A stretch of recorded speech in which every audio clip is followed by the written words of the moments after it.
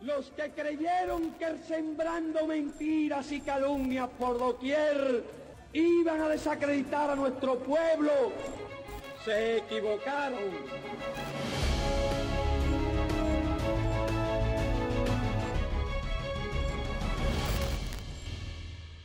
Porque si hay algo que tenemos que destacar aquí en el día de hoy es que este convenio se ha logrado en igualdad de condiciones, de respeto mutuo y de respeto a nuestro béisbol y a nuestro país. Cuando la verdad es enmascarada, le toca a la mentira el turno al bate. En cualquier terreno, Cuba lanza con la verdad por encima de las 100 millas.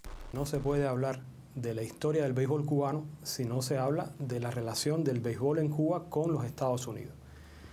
Los orígenes del béisbol en Cuba tienen que ver directamente con la presencia de dos jóvenes habaneros, los hermanos Ernesto y Nemesio Guilló, que estudiaron en un colegio jesuita en el sur de los Estados Unidos, en el Spring Hill College en Alabama, y fueron ellos los que trajeron a Cuba en 1864 los primeros implementos que se conocieron en la isla para jugar béisbol. Estoy hablando de un bate y de una pelota.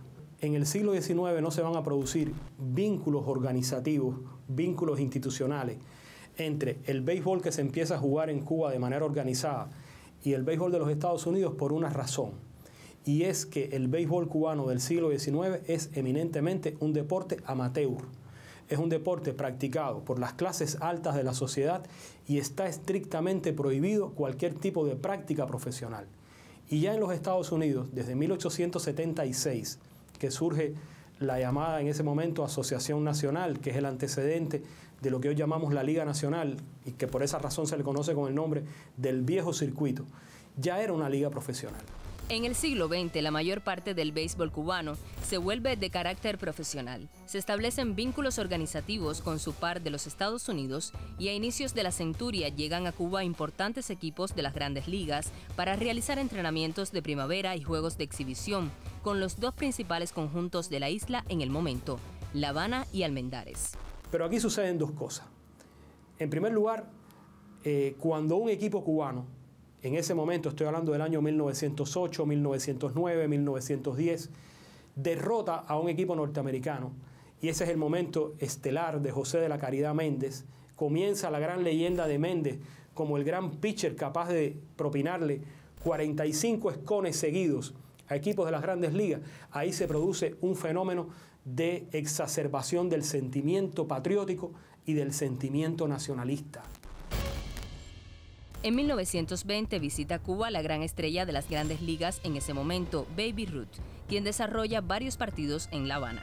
En cierto partido destacó por encima del estadounidense un jugador negro cubano. Cristóbal Torriente conecta 3 jonrones y un doble, este último al propio Ruth como lanzador.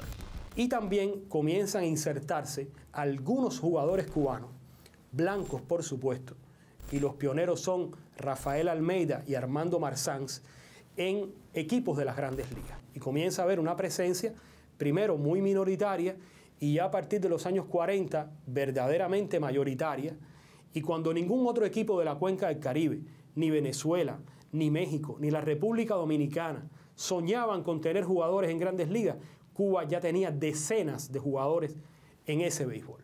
Y eso habla, por un lado, del altísimo nivel de la pelota que se jugaba en Cuba y también del respeto que tenía el béisbol cubano y la demanda que tenían los peloteros cubanos en el mercado de jugadores de los Estados Unidos.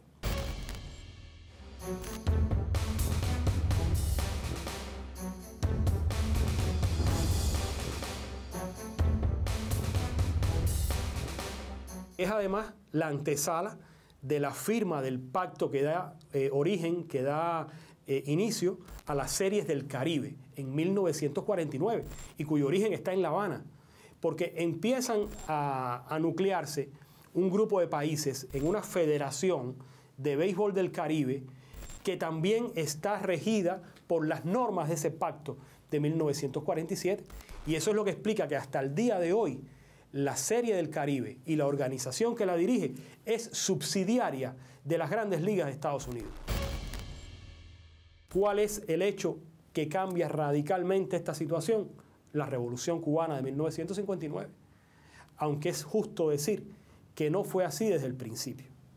la joven revolución del año 1959 respetó la franquicia cubana de los Cuban Sugar Kings que jugaban en el campeonato de AAA de los Estados Unidos y que habían sido el resultado de sucesivos pasos del béisbol cubano por llegar a tener un equipo en las grandes ligas. Hubiéramos sido el primer país del mundo en lograrlo. No hubiera sido Canadá, es el único que lo ha logrado, el único país extranjero que ha logrado tener un equipo dentro de las grandes ligas. Cuba lo hubiera podido tener. Y no se puede olvidar tampoco que en el viaje que hizo Fidel a los Estados Unidos en el mes de abril de 1959, cuando le preguntaron en la reunión con la Asociación de Reporters si Cuba apoyaría la presencia de ese equipo en las grandes ligas, la respuesta de Fidel fue afirmativa. Dijo, sí, nosotros queremos que los Cuban Sugar King representen a Cuba. Pero esto, por supuesto, cambia rápidamente a partir del año 1960, cuando se recrudecen las acciones de carácter violento y de carácter hostil del gobierno de los Estados Unidos hacia Cuba, que comienzan a tomar también el campo del deporte como un escenario para ese enfrentamiento y para esa hostilidad permanente. Y hay ahí 6, 7 hitos que son interesantísimos de recordar y que demuestran que quien cerró la puerta no fue Cuba. Quien cerró la puerta fueron las distintas administraciones de los Estados Unidos. Y ahí los hitos están muy claros. Todo lo que pasó con el fin de la Serie del Caribe y de la franquicia de los Cuban Sugar King, todo lo que pasó con el ansiado juego del año 75 entre un equipo cubano y un equipo de la MLB, que la administración de Gerald Ford y Henry Kissinger lo echaron al suelo. El desmontaje de los topes bilaterales de Cuba-Estados Unidos por el gobierno de George Bush. Todo lo que pasó Cuba para poder intervenir en el Clásico Mundial de 2006. Todo aquello que hubo que enfrentar para que Cuba pudiera intervenir.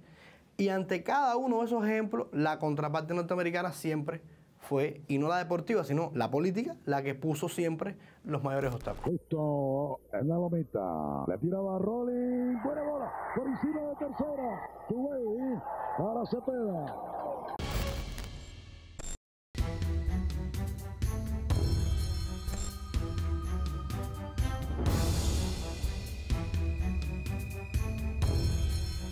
A partir de la información que se da a finales del 14, de que el hecho de que los países de Cuba y Estados Unidos están estableciendo relaciones diplomáticas, se aceleró la idea de que pudiera concebirse un acuerdo entre la Major League Baseball y la Federación Cubana de Béisbol.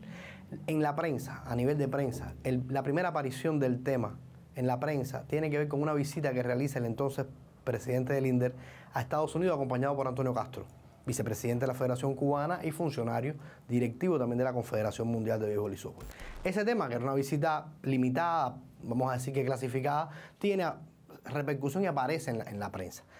Ese es un primer indicio en el manejo de prensa de que algo estaba sucediendo en materia de relaciones entre Cuba y la MLB. Luego está la visita de Obama en el 16, como otro hito importante, que ahí sí el tema cobra mucha relevancia en la agenda mediática internacional. ¿Por qué? Porque la visita de Obama a Cuba está acompañada de un partido de béisbol en el cual se produce no solo el partido, sino una gran visita de directivos de la Major League, de ex peloteros cubanos de la Serie Nacional que se desempeñan en las grandes ligas, y ese tema tiene una amplia repercusión en la prensa.